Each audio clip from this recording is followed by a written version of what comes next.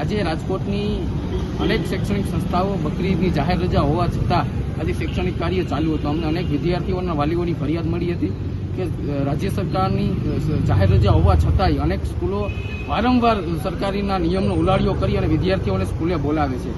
ત્યારે રાજકોટની નામાંકિત ધોળકિયા સ્કૂલ વારંવાર અવારનવાર ભૂતકાળની અંદર કોઈ રાજ્ય સરકારના નિયમો કે જિલ્લા વહીવટી પ્રશાસનના નિયમોની સાથે કોઈ લેવા દેવા જ ન હોય એમ માત્ર ને માત્ર નિયમોનો ઉલાળ્યો કરનાર ધોળકિયા સ્કૂલે આજે અમે રજૂઆત કરવા પહોંચ્યા હતા, પરંતુ સંચાલકે પોલીસને આગળ કરી અને અમારા વિદ્યાર્થી કાર્યકર્તાઓની અટકાયત કરી છે. ક્યાંક ને ક્યાંક જે વિદ્યાર્થીઓને બિન સાંપ્રદાયિકતા અને સર્વધર્મ સમભાવના તમે પાઠ ભણાવો છો એ બાળકોને જ આવી ધાર્મિક રજાઓની અંદર તમે શૈક્ષણિક કાર્ય માટે બોલાવો તો તેમની માનસતા ઉપર ખરાબ અસર વર્તાય. કારણ કે આ સ્કૂલની અંદર તમામ ધર્મના વિદ્યાર્થીઓ અભ્યાસ કરતા હોય ત્યારે રામનવમીના દિવસે સ્કૂલ બંધ હોવી જોઈએ, ક્રિસમસમાં બંધ હોવી જોઈએ અને બકરીદના દિવસે હોવી જોઈએ, પરંતુ આ સ્કૂલ એક પણ જાહેર રજાની અંદર બંધ રાખતા જ નથી. જાણે રાજ્ય સરકારે આની મીઠી નજર હેઠળ આ શાળાના સંચાલકને પોતાના પૈસાનો પાવર હોય અને વારંવાર રાજ્ય સરકારના નિયમોનો ઉલાળ્યો કરી અને શૈક્ષણિક સંસ્થાને પોતાનો પ્રાઇવેટ ધંધો બનાવી લીધો હોય. જ્યારે પોતે તાનાશાહી શાસનની અંદર ગુજરાત રાજ્યની અંદર કોઈ લઈને લાવ્યા દેવા જ નથી તેવી રીતના વારંવાર કૃષ્ણકાંત ધોળકિયા અને તેમના સંચાલકો તમામ સંસ્થાઓ આ રીતના રાખે છે.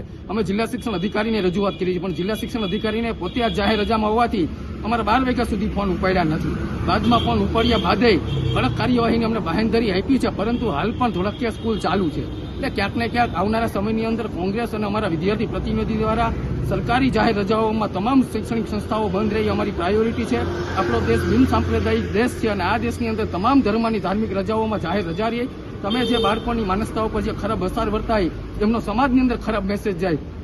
બચપનથી બાળકોને આવી રીતના ભેદભાવભરી નીતિથી તમે અલગ અલગ તહેવારોની અંદર સ્કૂલો ચાલુ રાખશો તો નાના બાળકની અંદર માનસિકતા પર ખરાબ અસર વર્તાય છે.